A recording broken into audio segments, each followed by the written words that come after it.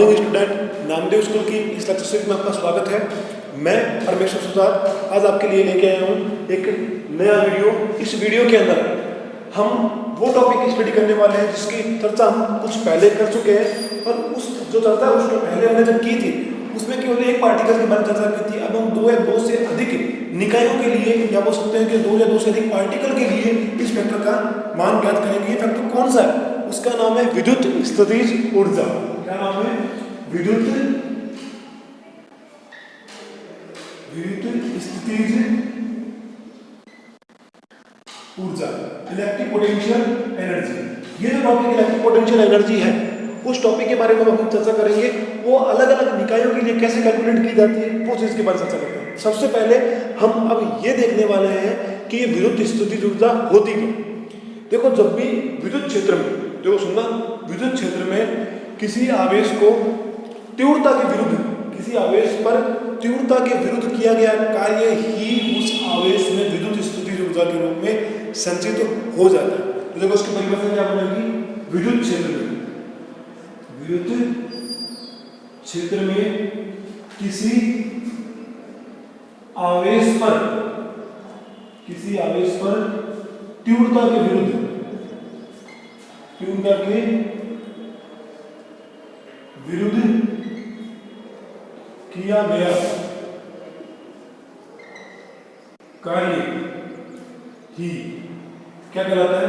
विद्युत स्थितिज ऊर्जा कहलाता है। विद्युत स्थितिज ऊर्जा कहलाता है, ठीक है। विद्युत क्षेत्र में किसी भी चार्ज पर अगर तीव्रता के विरुद्ध जो कार्य किया गया है वो कार्य क्या कहलाएगा? विद्युत स्थितिज ऊर्जा कहलाएगा। तो हमने पोटेंशियल पढ़ा था, विद्युत विभव जो होता है वो भी, तो अगर बात करें इनफाइनाइट से किसी पर्टिकुलर पॉइंट पे W एक्सटर्नल एजेंट इनफाइनाइट से पॉइंट P पर पोटेंशियल देखें तो इनफाइनाइट से P अपॉन में कितना होता है? Q0। तो एक्सटर्नल वेक्टर जो कितना बेटा? एक्सटर्नल वेक्टर है V q2 पॉइंट सा इनटू कितना आएगा? Q0। तो लिख सकता हूं Q0 इनटू V। और ये जो एक्सटर्नल वेक्टर है वही क्या जाएगा इस वस्तु में, इस Q0 चार्ज में या किसी भी चार्ज में, वो क्या जाएगा? विद्युत स्थितिज ऊर्जा के रूप में संचित हो जाएगा। अतः विद्युत स्थितिज ऊर्जा जो होगी W एक्सटर्नल एजेंट और इक्वल टू कितना होगा? Q0 into V। ये हमारे पास आ गई इलेक्ट्रिक पोटेंशियल एनर्जी की वैल्यू आ गई। सबसे पहले इसकी परिभाषा अब दोबारा से सुनना, कुछ भी नहीं है, विद्युत क्षेत्र में किसी आवेश पर तीव्रता के विरुद्ध किया गया कार्य क्या कहलाता है? विद्युत स्थितिज ऊर्जा कहलाती है। कैसे निकालेंगे इस वैल्यू को, कैलकुलेट करेंगे? सबसे पहले हमारे पास पोटेंशियल आता है बेटा। पोटेंशियल V बराबर कितना होता है? एक्सटर्नल एजेंट द्वारा किया गया कार्य इनफाइनाइट से उस पर्टिकुलर पॉइंट P तक अपॉन में Q0। अब हमें क्या निकालना है? एक्सटर्नल एजेंट निकालना, तो एक्सटर्नल कार्य होगा हमारे पास कितना होगा? Q0 into V। और ये जो कार्य होगा इसमें जाएगा इलेक्ट्रिक पोटेंशियल एनर्जी में जाएगा। इसे U से प्रदर्शित करते हैं। ये हमने क्या कर दी, किसी भी निकाय के लिए जो इलेक्ट्रिक पोटेंशियल एनर्जी की वैल्यू फाइंड आउट करनी होती है उसका सूत्र हमें क्या कर लिया, निकाल लिया गया है। अब हम क्या करेंगे, अलग अलग निकाय के लिए इसकी वैल्यू निकालेंगे, और आपकी जो पाठ्यपुस्तक के जो बुक के एग्जाम्पल है वो भी इसी पे आधारित है, तो उनके बारे में भी हम चर्चा करने वाले हैं, ठीक है। तो सबसे पहले देखो, अगर बात करें हमारे पास, अगर ये पोटेंशियल जो है, सुनना, पोटेंशियल बेटा अलग अलग सिस्टम के लिए अलग अलग होता है। सुनना मेरी बात को, पोटेंशियल में क्या करेगा? पोटेंशियल अलग अलग सिस्टम के लिए अलग अलग होता है। अगर ये विभव किसके बेटा? बिंदु आवेश के कारण, बिंदु आवेश के कारण है, तो वो कितना होता है? V बराबर KQ/R। अगर ये फॉर्मूला मैं यहाँ रख दूं तो इलेक्ट्रिक पोटेंशियल एनर्जी फॉर्मूला कितना बन जाएगा? KQ/Q0 अपॉन में कितना हो जाएगा? R। एक बार के लिए स्रोत आवेश को हम क्या मानते हैं? कैपिटल Q मानते हैं, तो उसको भी मैं क्या मानूंगा? कैपिटल Q अपॉन में कितना देगा? R। ये हमारे पास इलेक्ट्रिक पोटेंशियल एनर्जी का वो फॉर्मूला आ चुका है जिस पर जो पोटेंशियल के डिफाइन थे वो किसके कारण था? पॉइंट चार्ज के कारण था। अगर पोटेंशियल किसी अलग सिस्टम के कारण भी हो रहा है तो उसका मान भी हमें क्या करना पड़ेगा? निकालना पड़ेगा। अब हम क्या करते हैं, अलग अलग सिस्टम के लिए पोटेंशियल एनर्जी की वैल्यू फाइंड आउट करते हैं। तो देखो, सबसे पहले हमारा वेक्टर आएगा वो आएगा द्विकण, द्विकण निकाय की विद्युत स्थितिज ऊर्जा, विद्युत स्थितिज ये क्या होता है बेटा, द्विकर्ण निकाय की विद्युत स्थिति ऊर्जा। इसमें हमारे पास 2 पार्टिकल सिस्टम होंगे।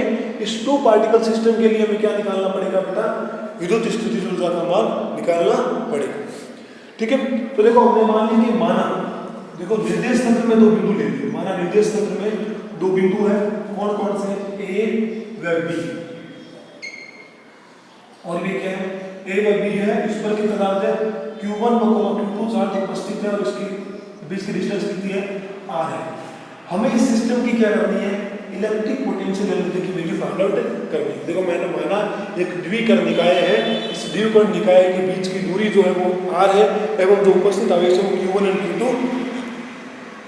ठीक है, अगर ये चार्ज Q1 और Q2 है तो सबसे पहले हमें क्या निकालनी पड़ेगी, इस निकाय के लिए स्थितिज ऊर्जा निकालनी पड़ेगी।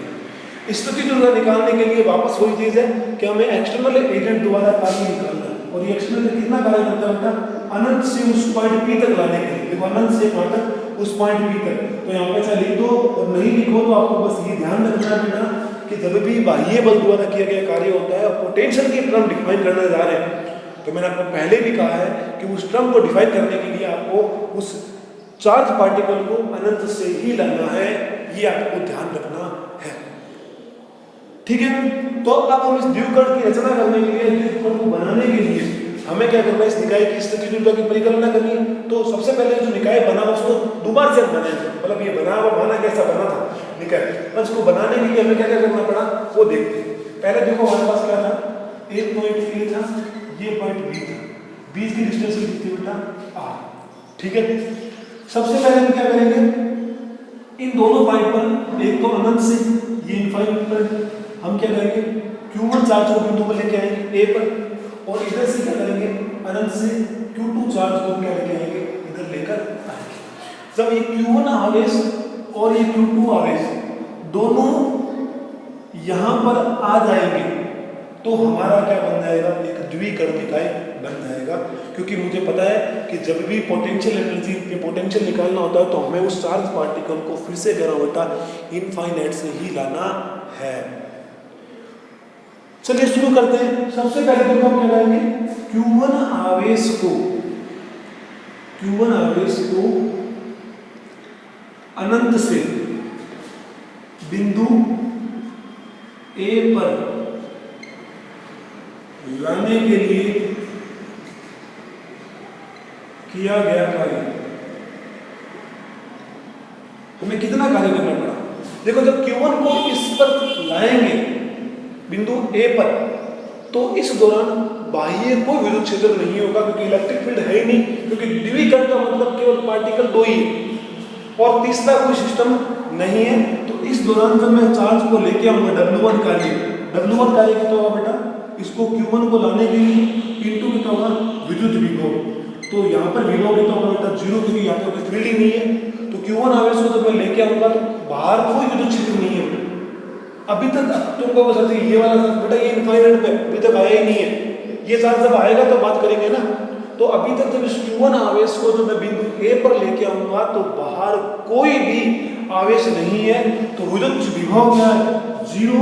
इस विद्युत विभव का शून्य होने के कारण से W1 कार्य कितना होगा बेटा 0 जूल होगा, क्योंकि हमने जो कार्य निकालना होता है उसमें ये साफ लिखा हुआ है कि तीव्रता के विरुद्ध।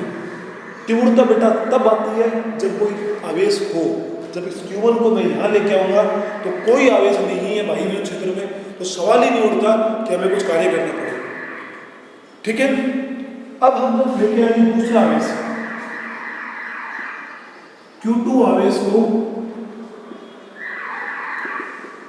अनंत से बिंदु B पर लाने के लिए किया गया कार्य। जब Q2 आवेश को मैं जब बिंदु B पर लेके आऊंगा तो मुझे इस A पर उपस्थित Q1 आवेश की तीव्रता के विरुद्ध क्या करना पड़ेगा, कार्य करना पड़ेगा। इसका मतलब इसका Q1 आवेश का यहाँ पर क्या होगा, कुछ ना कुछ विभव होगा। तो हम क्या करेंगे, W2 कार्य जो होगा वो कितना हो जाएगा, देखो Q2 आवेश इंटू V1 के कारण विद्युत विभव। देखो सुनना बेटा, यहाँ पे मैं कैसे निकाला हूँ, देखो कार्य की परिभाषा होता है कि कितना होता है आवेश इंटू विभव। यहाँ पे विभव 0 क्यों हुआ, क्योंकि यहाँ पे कोई बाहर से कुछ चार्ज था ही नहीं इस निकाय के अंदर, तो वैसे ये 0 हो गया क्योंकि विभव 0 है। बट जब मैं Q1 आवेश को Q2 को यहाँ लेके आऊंगा, तो Q2 को लेके बहुत बेटा Q1 पहले यहाँ पर था, क्योंकि हमें पहले Q1 को लेके आए, उसके बाद किसको लेके आएंगे, Q2 को लेके आएंगे, तो Q1 प्रेजेंट है, तो Q1 के कारण क्या होगा बेटा, इस बिंदु B पर क्या होगा, पोटेंशियल होगा, और वो पोटेंशियल V1 के कारण पोटेंशियल है, और एक बिंदु आवेश के कारण जो होगा बेटा, क्योंकि आप लिख दो बेटा कि Q1 के कारण बिंदु B पर विभव जो है, बिंदु B पर विद्युत विभव वो कितना है, V1, और V1 कितना देगा, देखो कि Q1 अपॉन में कितना देगा, मैंने पहले ही कहा था अगर बिंदु आवेश के कारण विद्युत विभव होता है उसका फॉर्मूला ये होता है। तो यहाँ पे हमारे पास इसका मान रखिए, तो W2 बराबर कितना देगा, W2 बराबर के Q1 Q2 बोल में कितना देगा R, और अगर बात करें कुल कार्य की, कुल कार्य W नेट इस निकाय को बढ़ाने के लिए, तो कुल कार्य कितना देगा W1 प्लस कितना देगा W2, W1 0 है, W2 मिलाकर कितना देगा के Q1 Q2 बोल में कितना देगा R स्क्वायर R, और यही क्या होता है कि द्विकरण निकाय की पोटेंशियल एनर्जी हो जाएगी।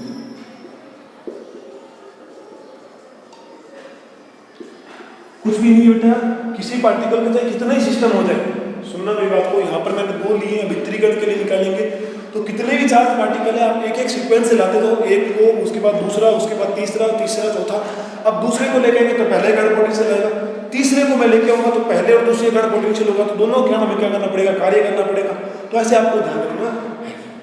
ठीक है, अब हम चलते हैं आगे, देखो नेक्स्ट त्रिकर्ण निकाय के बारे में। तो चलिए अब हम आगे बढ़ते हैं, त्रिकर्ण निकाय के बारे में चर्चा करते हैं।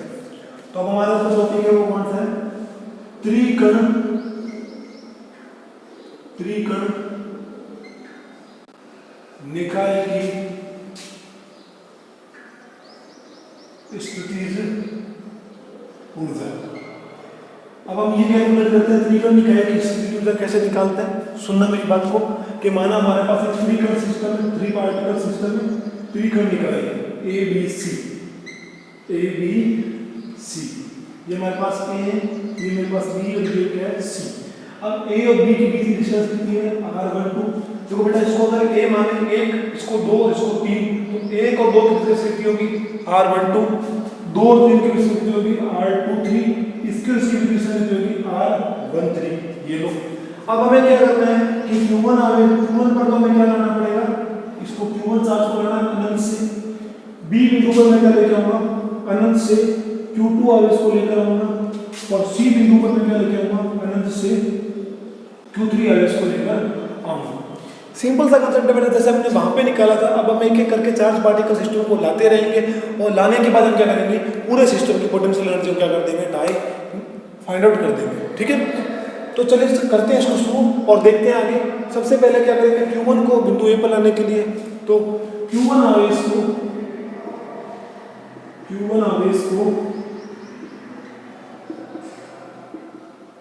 अनंत से बिंदु ए पर लाने के लिए किया गया कार्य, और वो कितना होगा W1 बराबर 0 जूल। अब ये 0 क्यों हुआ बेटा, कि जब मैं Q1 आवेश को यहाँ लेके आऊंगा तो बाहर कोई विद्युत क्षेत्र नहीं है, जब तक हम विद्युत क्षेत्र की तीव्रता के विरुद्ध कार्य नहीं करेंगे हमारे पास कोई वर्णन नहीं होगा, तो ये कार्य कितना हो गया 0। ठीक है, तो अब हम क्या करेंगे, इसको देखो Q2 आवेश को अनंत से बिंदु B पर लाने के लिए किया गया कार्य। तो बेटा इसका मतलब ये जो Q1 चार्ज था वो तो अनंत से आ चुका है, ये लो हमारे पास ये चार्ज आ गया अनंत से, यहाँ पे आ गया Q1। अब जब Q2 आवेश को मैं अनंत से लेके आऊंगा तो Q1 आवेश प्रेजेंट है, तो जो कार्य होगा उसको डिफाइन करने के लिए हम क्या करेंगे, Q2 चार्ज इनटू V1 का विद्युत विभव, तो Vn का विभव हो जाएगा, और वो कितना आ जाएगा चार्ज। तो Q2 तो आवेश था, इसके कारण से पोटेंशियल बनेगा, तो उसके कारण पोटेंशियल होगा वो कितना होगा, इसका आवेश और डिस्टेंस देखो ये चार्ज, ये डिस्टेंस है, क्या है चार्ज। तो विद्युत विभव कितना हो जाएगा W2 बराबर KQ1, तो इसका Q2 ये रहा अपॉन डिस्टेंस कितनी हो जाएगी R12। आसानी से याद करना समझ लो बेटा, नीचे अगर R12 आ रहा है तो चार्ज भी कितना है 12 ही आएगा, ये आपको ध्यान रखना पड़ेगा। इक्वेशन फर्स्ट और इक्वेशन क्या होगी सेकंड। अब हम क्या करेंगे, Q3 आवेश को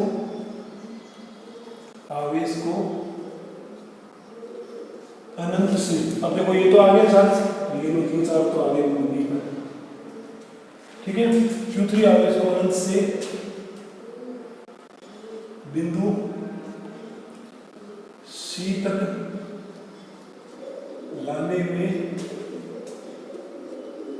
किया गया कार्य, और वो कार्य होता है W3 कार्य जो होगा बेटा, जब इस चार्ज को लेके आएंगे तो मुझे इसके विरुद्ध भी कार्य करना पड़ेगा, इसके विरुद्ध भी कार्य करना पड़ेगा, तो दो फैक्टर आएंगे, मतलब इसका पोटेंशियल भी और इसका पोटेंशियल भी, इसका विरुद्ध विभव, इसका विरुद्ध विभव, और दोनों को क्या होगा योग होगा। तो यहाँ पर जो साथ निकालेंगे Q3 V1 का विरुद्ध विभव प्लस Q3 V2 का विद्युत विभव। अब देखो बेटा, इसका फॉर्मूला W3 होगा वो 3 और V1 के कारण होगा, तो देखो KQ1 Q3, इसके कारण 1 चार्ज, इसके कारण 1 3 अपॉन डिस्टेंस कितनी रहेगी R13। देखो यहाँ पर Q3 चार्ज है, विभव किसके कारण है 2 के कारण, तो आवेश कितना आएगा 2 वाला ये आएगा, और डिस्टेंस भी कितनी आएगी ये वाली, ये कितना आ जाएगा कि Q2 Q3 अपॉन में कितना आ जाएगा R23। तो यहाँ पे कितना आ जाएगा, ये हमारे पास टोटल वेक्टर आ गया, ठीक है। अब देखो कुल किया गया कार्य, कुल कार्य किसको बेटा, त्रिकण निकाय को बनाने के लिए, त्रिकण निकाय को बनाने के लिए, अब त्रिकण निकाय को बनाने के लिए देखा जाए जब W नेट जो आएगा वो आएगा K Q1 Q3 Q2 और K Q1 Q3 K Q2 Q3। अब डिस्टेंस देखो इसकी R12 ये वाला, क्योंकि पहला फैक्टर तो 0 आ रहा है, दूसरा फैक्टर ये आ रहा था, तीसरे में देखो एक तो 13 R13 और एक तो आ जाएगा R23, ये हमारे पास आ गया फैक्टर।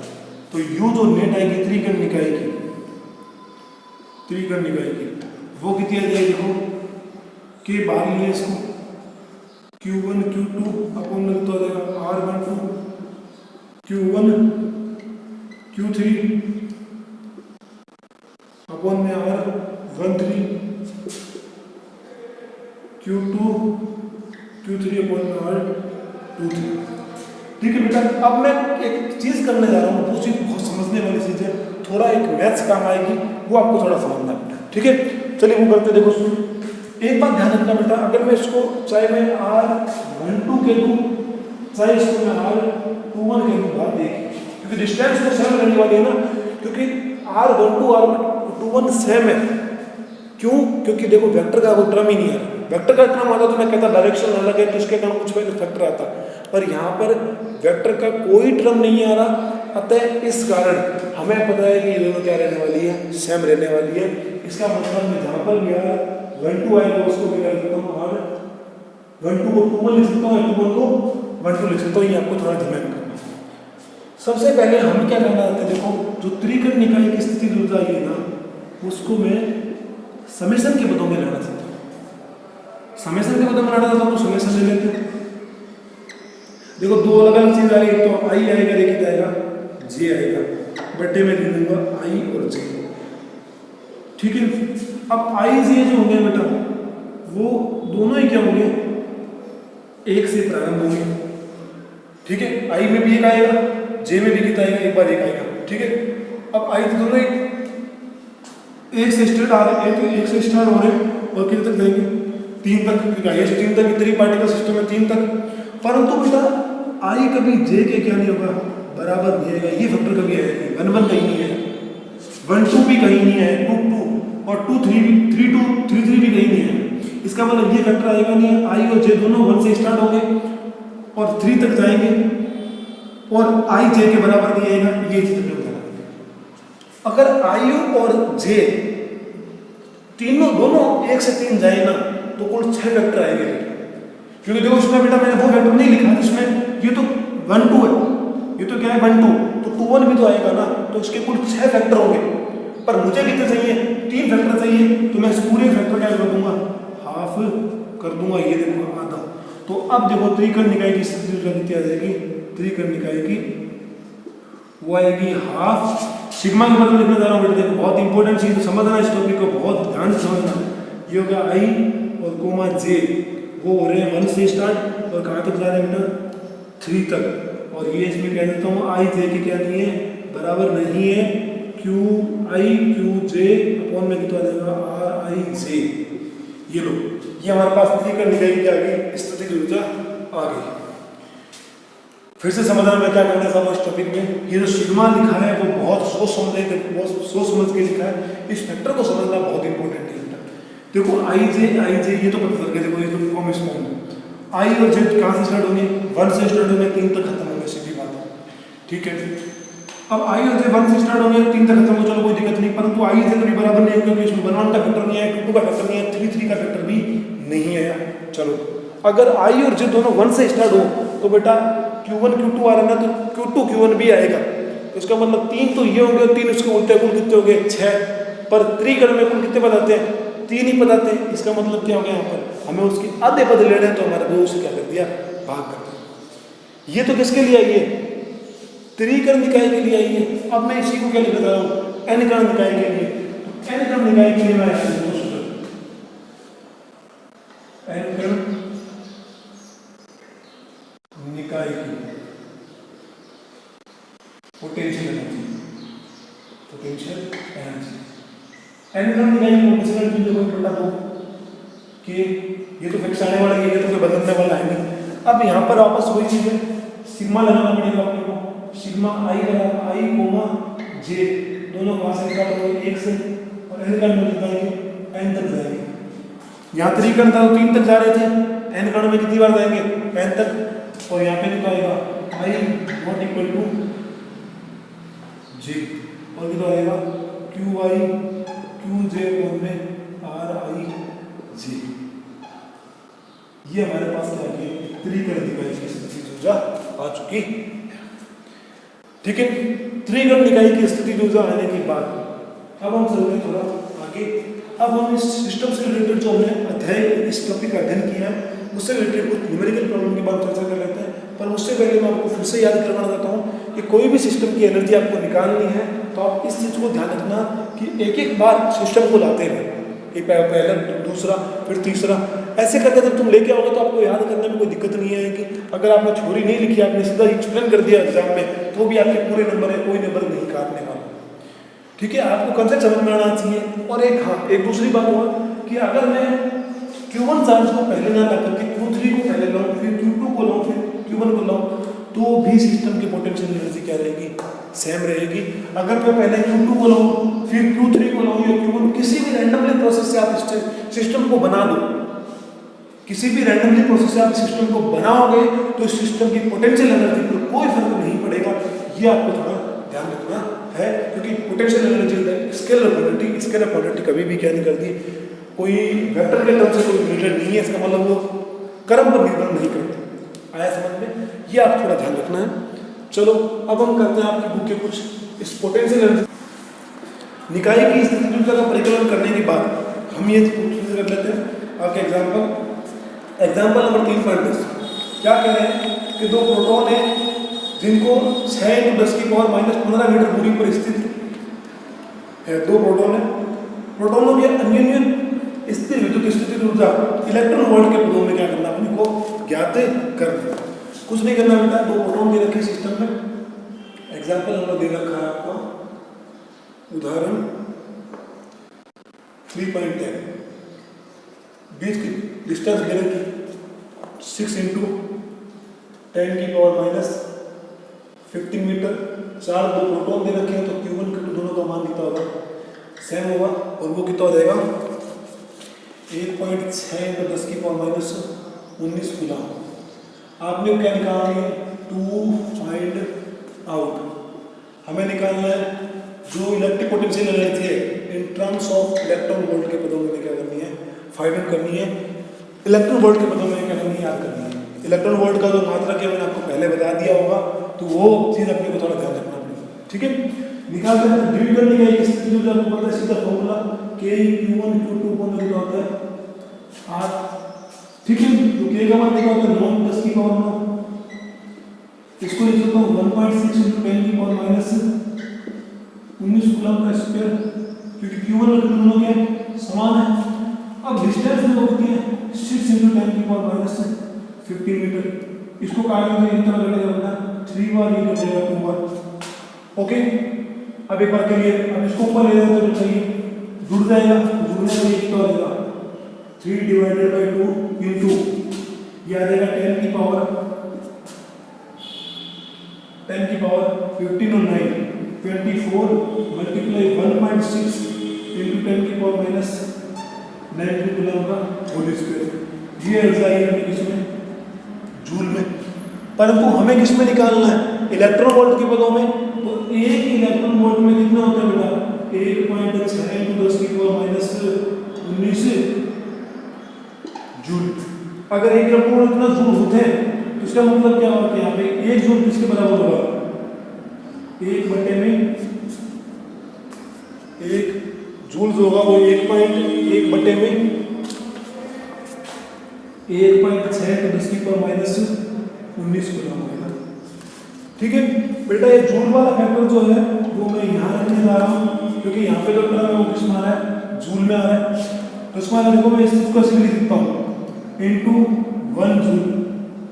बात तो वही है ना कि 1 से गुणा होने पर इस फैक्टर में कोई परिवर्तन नहीं होने वाला।